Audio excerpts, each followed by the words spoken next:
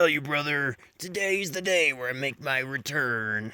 Alright, so this video is going to be a little different than the last one, like 7 years ago. This one is about a van that you can live in. What? No one's ever done that before. I truly am an innovator. Anyways, this is my 1998 Chevy Astro all-wheel drive. I only got this thing because you could swap out the transfer case, make it a 4x4. I have yet to do that, but I have lifted it 4 inches. The front is... I just replaced the torsion keys on the front. It's 2 on the torsion, 2 on spacers in the front, and then 4 in the back, just like leaf spring. You know, if you know, you know. I had an old van. I had a Sienna, right? 2007. I lifted that thing too. I did the Journeys off-road lift kit on that thing because I couldn't find some cheaper alternative like I could with this. It was a great van. The only problem was the head gasket was blown when I bought it, but they used that stupid sealant. I was looking at the radiator cap the day of. I saw the stringy substance. I was like, what is this? What could this be? This vexes me. And then I still bought it, even though I didn't know what it was. I'm stupid. Whatever. I re-blew that head gasket going over a mountain pass up here in Colorado. Oh, man. And now I got this piece of work. Let me say. Yeah, it's nice. I like it. It looks cool, but I got a lot of mechanical issues. It's like 26 years old, of course. Anything rubber is going to start leaking or whatever. I'll get into that in some other time, but yeah, kind of off-roaded to get here. This is what the road looks like. I know it looks like a Toyota Corolla could do that, but I swear, it's just on video. Things look way easier on video. Yeah, so a lot of stuff from my old van is actually just, well, pretty much everything from my old van I used in this, so that's why I look so bad and janky, but whatever. The only thing not from my old van is those 2x4s under the bed and this nice road sign table. I saw the dude who ran this over. It was great time. He just kept going. I guess he didn't bust his radiator, whatever. I ended up coming by the next day. I took it and I was like, city's not going to use this, but I will.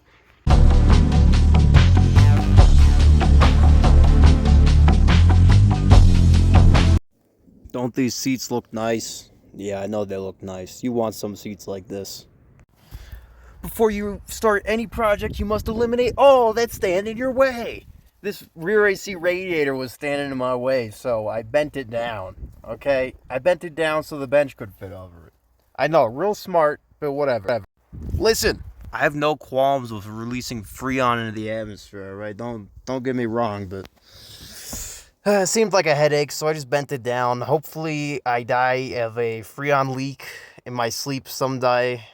So this is what the bench looks like without any plywood or cushions on it. Pretty self-explanatory, no need for an explanation. The only thing that I used in this project that wasn't from the old van were those 2x4s that go across, the 3 of them, okay? I had to salvage those. The plywood for the bed just came from my old bed. It wasn't a different orientation, so I had to chop things up a bit. Here's a picture from my good friend Eric Enjoys Earth. I just copied him. I actually lost my phone, so I don't really have many pictures of my old van, or whatever. Yeah, just look at the photos. You can see what I did. It didn't quite fit, so I just added more plywood, cut it off with a jigsaw. It's all real jank, but whatever. All right, so the cushions, I got them for free off Facebook Marketplace. They were IKEA mattress or something, and there was 2 of them. And, you know, just lay them on top of each other. I think it was a double. So, yeah, I got them from some Indian guy's basement for free. They seem pretty clean. So, what I did is I just cut them down, and then I used the case that they were already in. And it came with 2 cases because there were 2 cushions. So I just used 1 cushion. And I used the 2 cases. I cut the case down. I sewed up the back. And yeah, that's how it went. Anyways, knowing how to sew is actually a pretty good skill to have if you're going to do something like this. I'm not saying I'm a good sewer, but I did sew my Crocs together. I also use, well, zip ties to keep the Crocs band on there. Name brand Crocs, bruh. No Chinese stuff. Well, it probably is Chinese, whatever. I paid more for these, man. Look at this. I got love. I love the little Croc things that I found on the street. Anyways, I broke these Crocs at the Illinois Garden of the Gods, not the Colorado one. Illinois Garden of the Gods. I don't know how many of you knew that existed. I was running up and down those rocks, and I had the bands down. I had them in sport mode, you know. And then and then I slid down and I broke the band. I don't know if you're allowed to do that on those rocks, but whatever. Anyways, I had another pair of Crocs, and I broke them similar way. But it's a funnier story. My dad, he had a Subaru Outback, and he drained all the transmission fluid instead of the oil when I was doing an oil change. And we live on top of a hill. That thing just rolled down the hill when he took it out for a spin. It like barely had any get up. And there was so much extra oil in there. It was just spewing white smoke out the back. We had no idea what was going on. Great time. I was trying to push it up the hill in my Crocs. I busted my Crocs. Terrible. Eventually we figured it out and got that thing back up there. The transmission was fine. That thing went on for like 150,000 miles after. It was crazy. But whatever.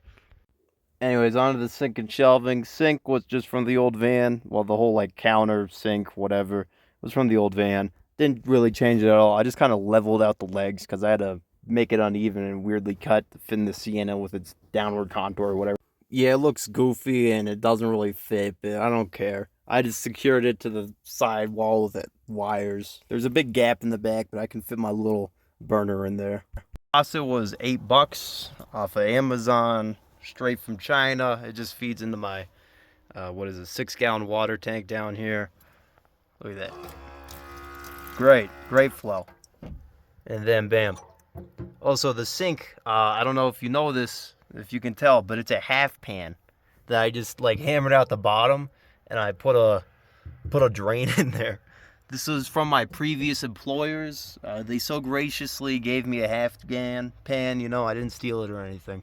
Just saying. Anyways, here's some sick photos, a sick montage, a sick slideshow of the shelves that I made. I know, real cool. I just made them from scrap wood from the other van, from just stuff that I didn't use.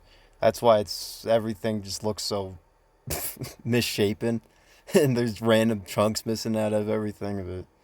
But it works. What can I say?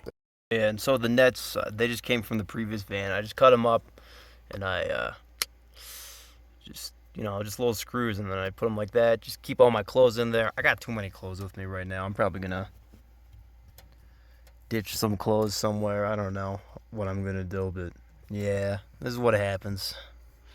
And then yeah, I got my shoebox up top for my miscellaneous items. So one of my favorite parts of this is the floor. As you can see, it's artesian, handcrafted, very, very nice, very nice. If you want to know how I joined it together, look at that. Bam. Engine oil stop leak. That's how you do it, man. Don't let anyone tell you otherwise. Also, this piece is separate because I preemptively cut a hole in the floor for when the fuel pump goes out, because I'm just stressed out about the fuel pump going out. So yeah, there's a nice hole in the floor here over the fuel tank for easy access to that fuel tank pump for when it goes out. All right, I'm not dealing with no cutting a hole in the floor in the middle of nowhere. All right. So yeah, and then here's my fridge. See, 33 degrees. It's a little fridge. It fits on top of my road sign table. I had this in the old van. I don't know. I just don't think I need a big fridge. And my spices are in the Wild Center bag. Good on you. Oh well, if you know where the Wild Center's at, let me know. Oh, last thing's probably my power system, whatever.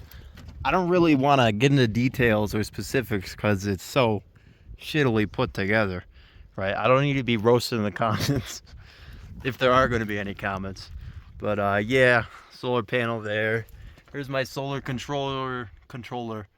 Just comes in through the window over there. I'm not going to show you my fuse box or anything, but ow, God, I will show you my turbo fan. It sounds, I mean, not turbo, supercharger fan. It sounds like a supercharger. It's a Hellcat. It's like, listen.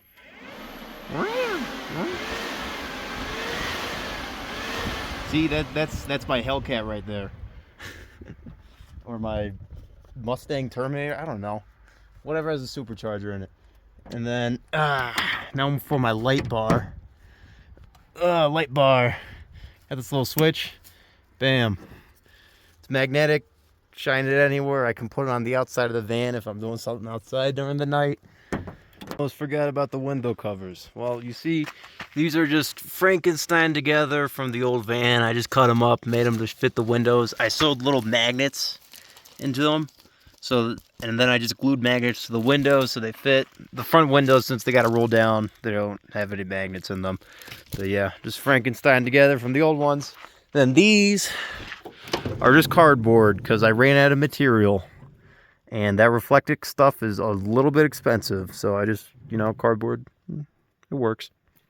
As you can see, magnets just glued to the window. Well, this is the back window. But yeah,